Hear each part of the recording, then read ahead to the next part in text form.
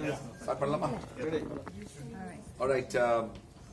My name is Rajkumar. I'm the founding Vice Chancellor of OP Jindal Global University in Haryana, India.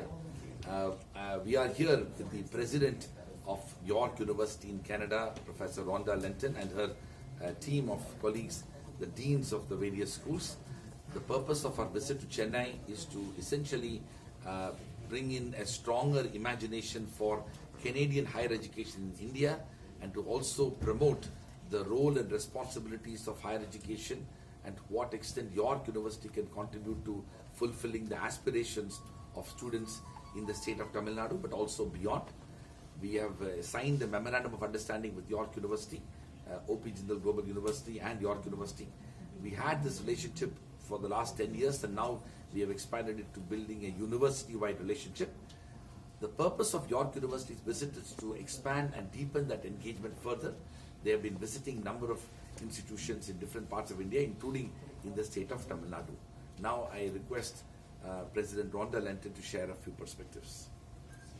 Yeah, so as I mentioned before, we are very committed, core to our academic plan, to globalization, understanding the imperative of working with other universities in other countries, especially like-minded countries, where we can ensure that we are continuing to cultivate the talent that is needed, and that we can partner and collaborate and act as conveners across sectors, across countries, in responding to and addressing the set of the poly crisis in terms of the variety of different kinds of challenges facing the world today.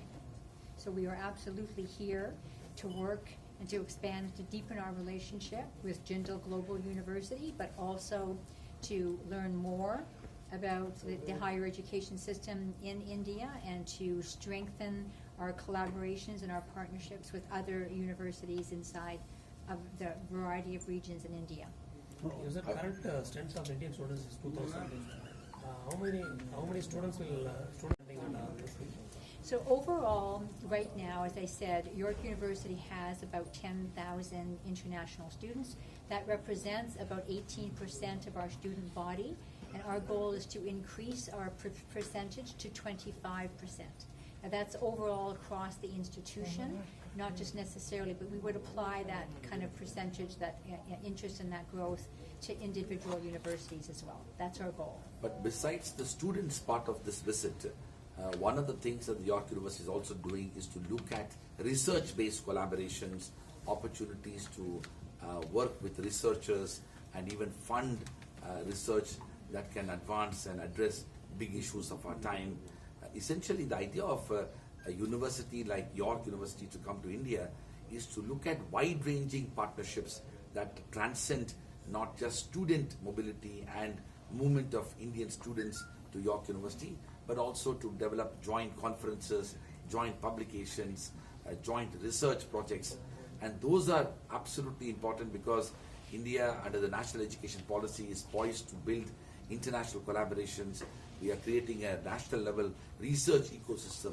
All these things can be of immensely benefited through international partnerships with the leading universities such as York University. How much students going to be intake through this 3 weeks entrepreneurship program, which you've been saying? The entrepreneurship study tour? Yeah. What did you want to know How about? much students is going to be, or vice versa? Can you just tell about it? Well, because it's a brand new program, we don't know exactly how many numbers we can accommodate, but we expect it to be very popular. Okay. And so we'll probably start with groups of maybe 20 or 30 students at a time, and then we'll see what we can manage. I just want to reinforce a point, though, that was made by Vice Chancellor Raj Kumar, that although of course we do and we benefit from having international students join the university, a number of our students can't afford to go and take advantage of an international opportunity. And so when you have international students on your campus, they meet those international students and they have an opportunity to interact.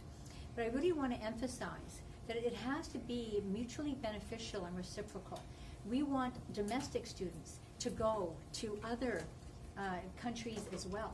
And so when we are talking about working with Jindal, it's about how we can encourage our students to, take advantage of that two-way collaboration, and it not only through the physical, but even doing a globally networked learning course where a faculty member at each institution can do a course online, and then the students from the two institutions can work together online. So there's many different ways in which you can leverage globalization to enhance partnership, to build up talent, to give new opportunities for students, and to advance that research.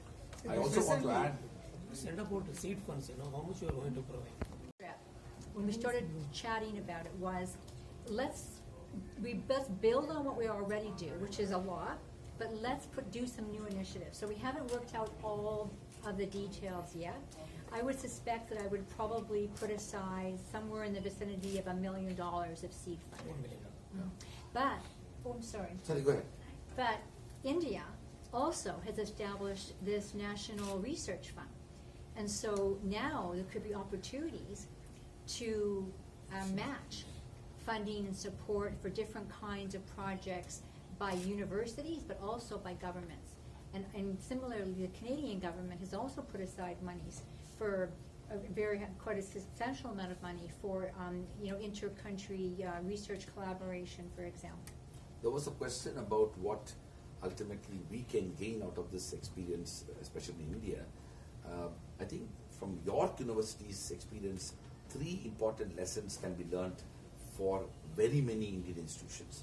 One is that York University, at a relatively short span of time, in nearly 6 decades, has been able to build a 55,000 plus student community. In a country like India, where we need to provide education to a large number of students, York has ensured that both quality and quantity can be possible, which is something that is not necessarily obvious in many Indian institutions. If you look at our premium institutions, they are very, very small. Second, York is also an example of how to ensure that you can provide world-class education and world-class research. Teaching and research together happens at that level, and something that many Indian institutions can learn from their experience. And the third is York has also been able to bridge the gap between theory and practice by focusing on experiential learning and opportunities that will bridge that gap and provide opportunity for students outside the university, applying their knowledge in industry and in other organizations. These 3 are so central to the vision of the national education policy, and that is why collaborating with York University is going to be immensely beneficial for many Indian institutions, besides it being an inspiring opportunity for Indian higher education system. Okay. Thank you very much. Yeah.